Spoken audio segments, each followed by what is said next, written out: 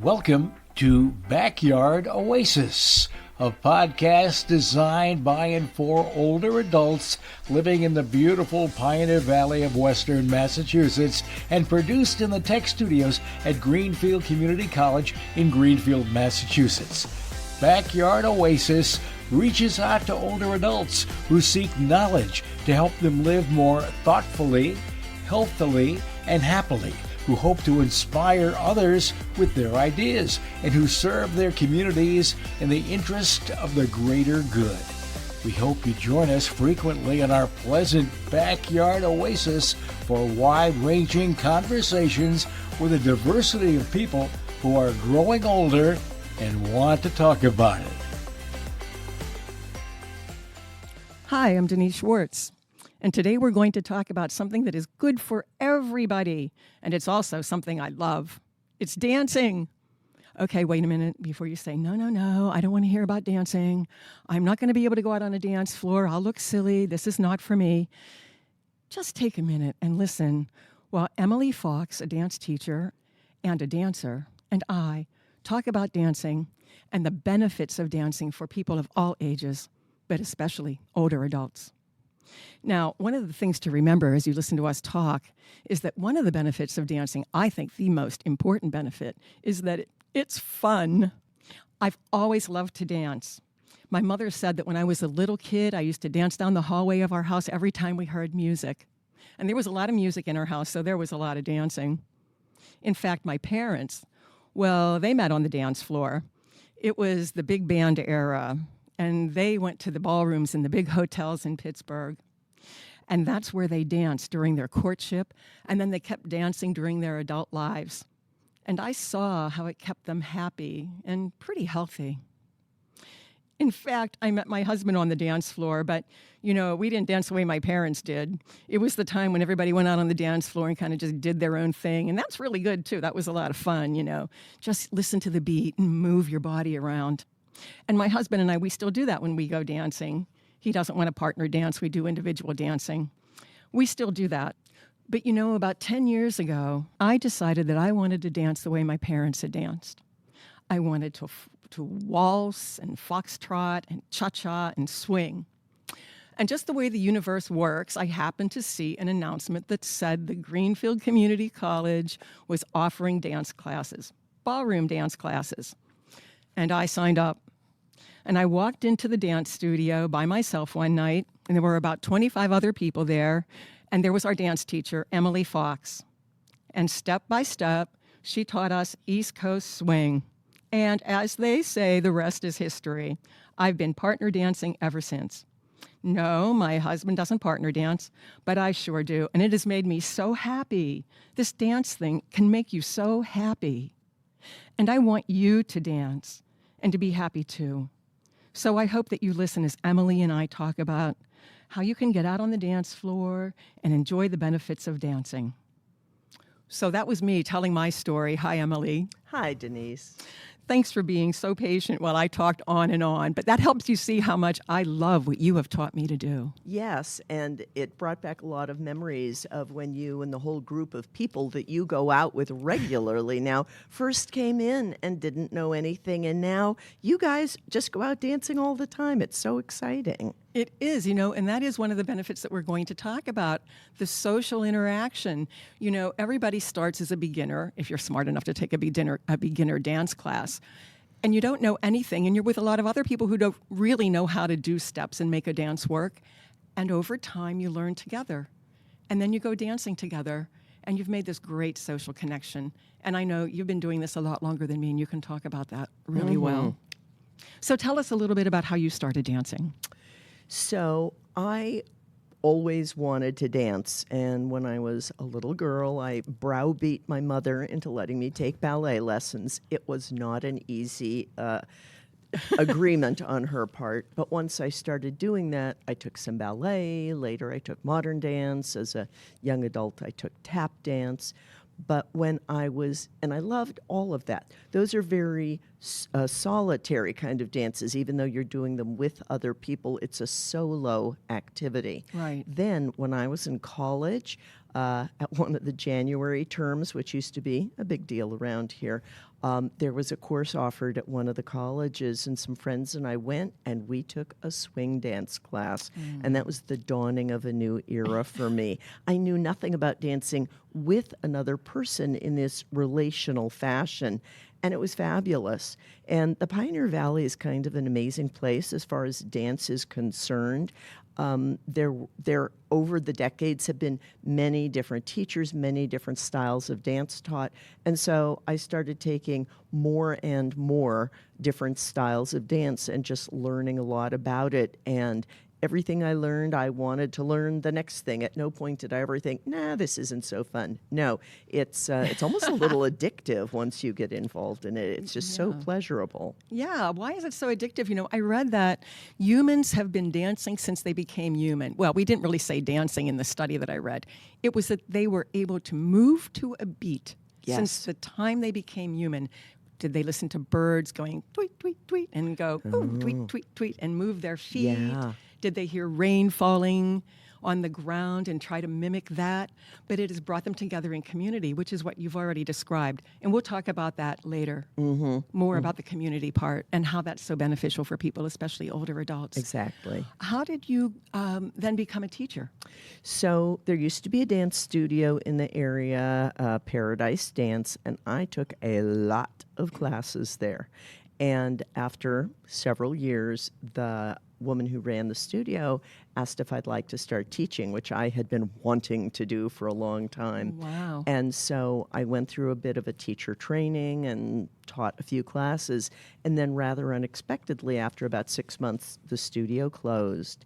And she had a lot of people contacting her saying, we need a teacher here, we need a teacher there. And she gave me a lot of those opportunities. So all of a sudden, I was catapulted into doing a lot of instruction, probably well before I was truly ready to do it. It was a very exciting time in my life, as you might imagine. And then I just kept teaching, and I always taught as sort of a side gig. I would have a day job, and then I would teach at night on the weekend. And then about 7 years ago, I got laid off. An agency I was working for was not doing well, and I thought, what am I going to do? And I thought, I love teaching. I'm going to give it a go. And so for the past 7 years, I've been having my own small business, teaching small groups and couples who are getting married and parents of people getting married. And it's just the most pleasurable time of my life. Well, I'm really glad you began to teach, because I took my first dance class in swing, as I said, with you, and it's been really changing for me. So let's talk about why dancing does change us, and especially as older adults. I know we're both in that category. What are the benefits? I mean, we can imagine what they are. Studies have told us what some of them are. You had something really wonderful. You said something about the fourth, what did you say? It fulfills the 4 of 8 ways to boost the feel-good brain chemicals. Right. Exercise, laughter, music, and dance. And that really is true for me. A study that I read, let me see where I have it here. A study that I read, it was from the Journal of Aging and Physical Activity, and it said that dancing can help older adults increase their aerobic capacity and improve lower body muscle endurance, strength, and flexibility. Wow. As well as balance and agility and gait. Now, I'm not sure if it's improved my gait. I know it's definitely improved my balance, which is something really important for older adults. Crucial. And what have you seen? I know you work with a lot of older adults. A lot of older adults come into your dance classes. I know, I've been there. How do you see this affecting them? Well, I think as we age, if we don't take action to counter it, it's very easy to become stiff and somewhat rigid in our movement. And especially if you study a variety of styles of dance, you are asking your body to move and shift weight in different ways. And as they say, motion is the lotion. If you want to keep being agile and able to move in all different kinds of ways, you have to use your body. And so dance gets you to do it. And I think of dance as being almost a kind of stealth exercise, because you're busy focusing on what you're doing, learning where to put your feet, listening to music that's often enjoyable, having fun and connecting, and you don't even realize, oh, I just took 1,000 steps in this dance class, or, oh, my heart rate is up a little. And so you're having fun, but really helping your body in a lot of ways. Right. I think you said it's much more fun than being on a treadmill. Oh, yeah, totally. And so tell me a little bit more about that in terms of like how we can take it from maybe being in our 60s throughout our life. Do we have to change things? And how do we, when, for older adults, loneliness becomes a really critical factor? They say now that loneliness is an epidemic in this country. Yes. Well, I can say that, with my dance buddies, I have a group of dance buddies and we go dancing. And of course, you're on the dance floor and you don't think about anything else. You don't think about the world's problems. You're just there having fun and concentrating a little bit and just letting your body flow, something that our culture, we don't do that much. We don't really let our bodies get into anything. And maybe that's also a New England thing. I don't know. Maybe you can talk about that. I know my friend in France, she tangos, and there's no problem with people getting together and getting up close and tangoing together. Right. I know here there's a little bit of resistance to that. The loneliness factor is really important to me, and you've worked with people. How have you seen that change some folks? Well, I want to back up and speak to something else about this. I think loneliness is not just an issue for older adults. I've noticed since I got out of college, since I stopped doing some group activities I used to do, that it is hard to make friends. It is hard to meet people. We don't have, if you're not part of a faith community, it's difficult. And dance, to me, is one of the best ways to do this because you're coming together with people who have a shared interest. And it's not just a shared interest, it's a shared pleasure. If you go out to, Hawks and Reed or some other venue around here and a band is playing and people are out dancing on the floor, people are smiling. Yes, they are. Laughing. Yes, exactly. People are enjoying themselves.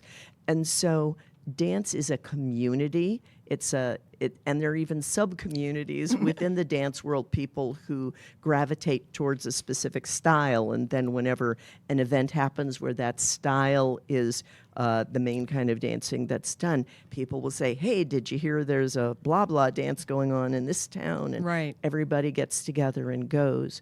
So, again, I'll reference when you came in and took that class, my memory is not good enough to remember. I was one of the best people in the class, Emily, and don't forget that. That I remember. But I can't remember if you started at the same time as all the people you hang out with now, if it was a magical class that you all came. It was and then you magical. just kept coming to different style after style after style. So all of you took lessons together for 4 or 5 years. And it's created a cohesive community. It really has. And if you go to different dances around here, if you've taken lessons in different places, you will run into people who you've taken a class with 3 or 4 years ago. You will run into somebody you had a great dance with a couple dances ago. And so there's that feeling of a network of these are my people. Exactly. I am with my people. And it could be people that if you just sat down and talked, you might have some challenging conversations. But it's not about attitudes. Exactly. It's not about beliefs. It's not about politics. It's not about anything like that. It's a nonverbal communication, which I think we sort of sorely lack in our culture because there is not as much music and dance around in general as there is in other places. And so it creates a venue of connection. Well, you mentioned something, going to Hawks and Reed, and that's a local place where a lot of us go to dance. Going out onto the dance floor can be a really hard thing to do. It takes you back to high school. You're like, oh, no, who's going to ask me to dance? I mean, so a lot of listeners might say, oh, I can't do that. I can't put myself out there. Plus, I'm kind of like, I don't look so good anymore. I mean, I'm going to look dumb out there. What should I do? I have found that most people don't care about any of that stuff because especially when you're starting to dance, everybody doesn't know what they're doing. Exactly. Everybody doesn't look great. And I've found that, especially in a dance class I'm going to right now, it's a smaller one. There are only about 8 people in it. And we're getting to know each other pretty well. But when we learn a new step or something, we laugh at ourselves if we mess it up, and everybody laughs with us. Why? Because we're all trying to do the same thing. There's no competition. Oh, yeah. Oh, yeah. And I find dance classes to be actually a particularly supportive environment for the learning process. You know, one thing that people might not understand, you can come to a dance class, as Denise mentioned she did, without a partner. Really important. Yes, because unless you insist on staying with the person you came with, the expectation in a dance class is that you are going to do what's called rotating. Right. That does not mean turning around in a circle. I What know. that means is switching partners so that all the leaders will dance with all the followers in the class. So what I like to say is that it's better that way, even if you come with a partner, because you kind of amortize the learning pain, you spread it out across the entire class.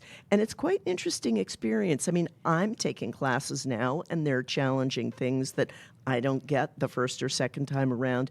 But when I dance with somebody and then I switch partner, and that person comes around again, and I've figured it out by the time, or I've just improved since they were first there, it is really a wonderful experience. Isn't and it? we cheer each other on. Right. And there's something so wonderful about being brave and taking a step into unknown territory. I mean, maybe you remember how you danced in high school and you think maybe you still have that ability to move on the floor. And you know, you probably do. It does come back. But to learn something new, did I ever think that I would learn the hustle? Now, let me tell you, I had parents who danced every Saturday night, and they loved the hustle. But when I saw what you had to do in hustle, that is a big, heavy-duty dance, especially for the follower, which reminds me, we need to talk before we're done about followers and leaders and how that can be wonderful, but also a little bit of a challenge. So for me, it was great to say, I'm going to learn this dance that my parents really loved, and kind of then say, hey, thanks a lot, Mom and Dad. And let me just say, it wasn't just my parents. We all have these anecdotes. Let me just say this.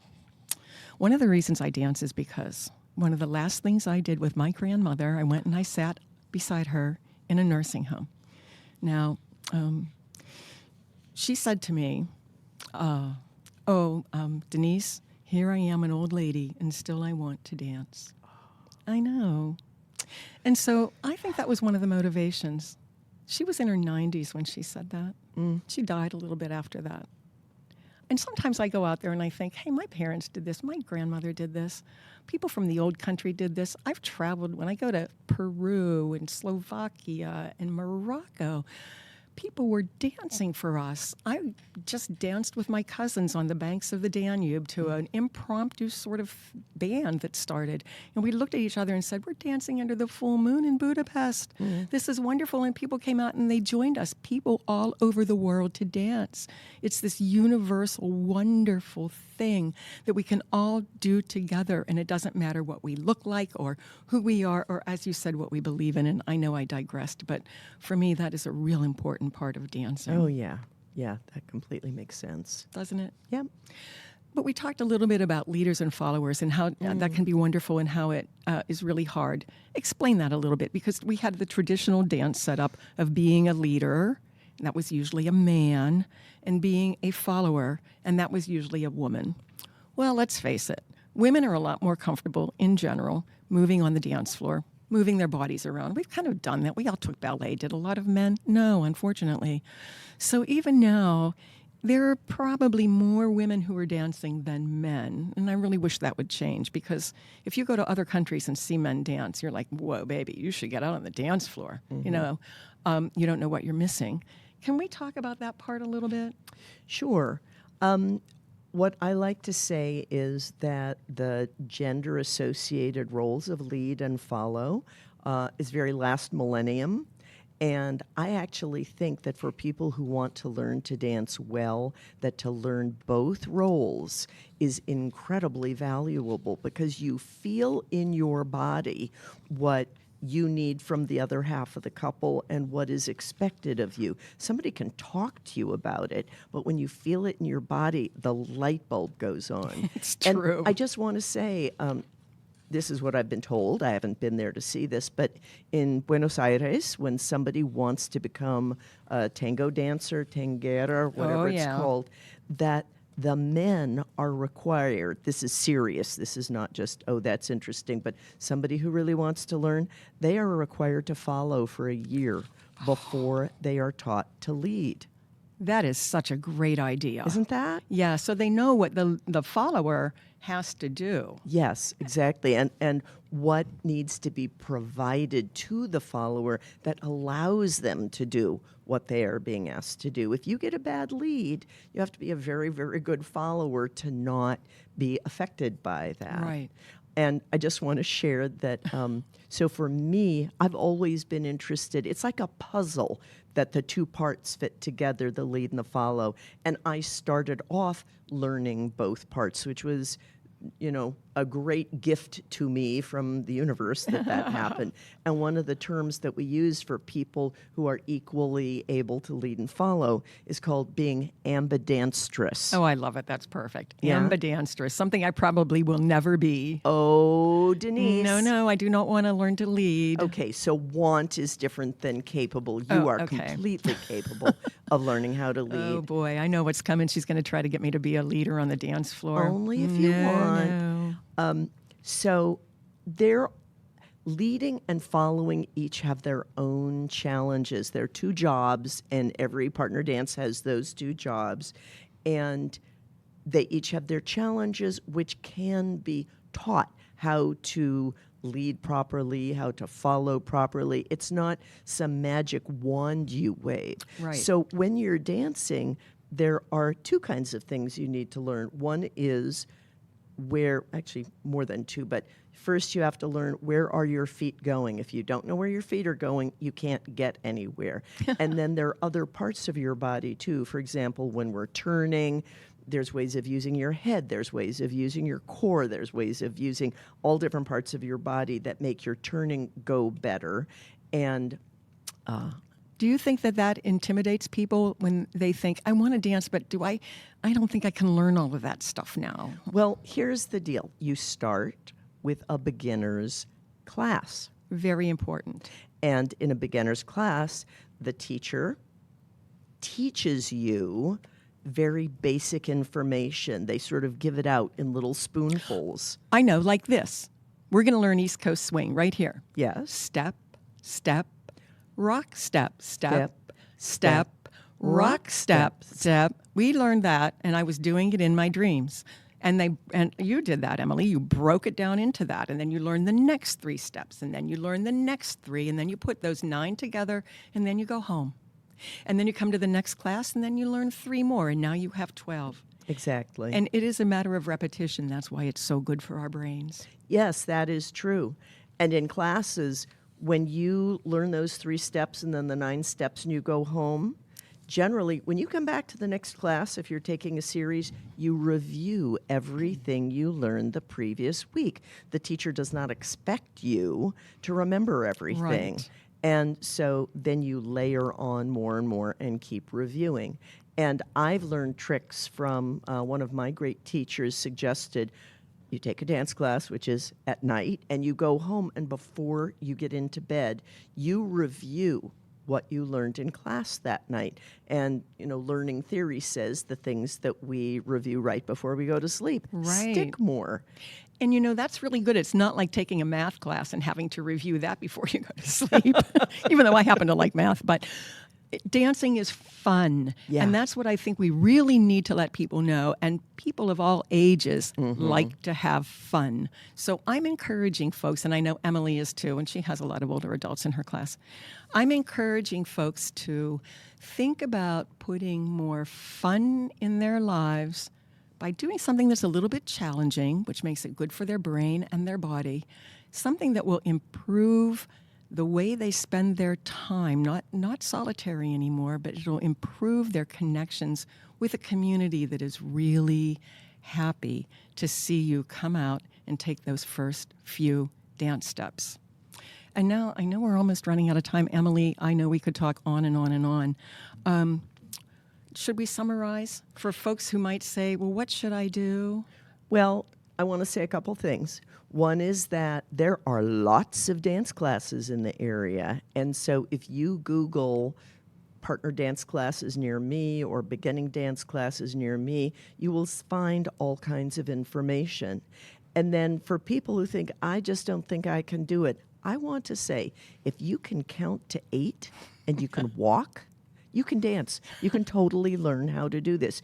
You need good instruction. You need patience with yourself. You need to be willing to practice. But I guarantee you, you will have success. I agree. I know that's true because this has become one of the most important things in my life. Thank you for teaching me to dance. Oh, my deep pleasure, Denise. Thank you for being here. Oh, and Emily, Yes? I can count to 6 and or 8. So should we get up and dance? Sure, let's do it. Okay. This concludes today's podcast. We're always looking for new ideas, so feel free to reach out to Judy Raper, Associate Dean of Community Engagement at Greenfield Community College at 413-775-1819 if you have an idea you'd love to share. Special thanks to the creators of Backyard Oasis, Denise Schwartz, Chad Fuller, Dennis Lee, and Christine Copeland. Have a great day.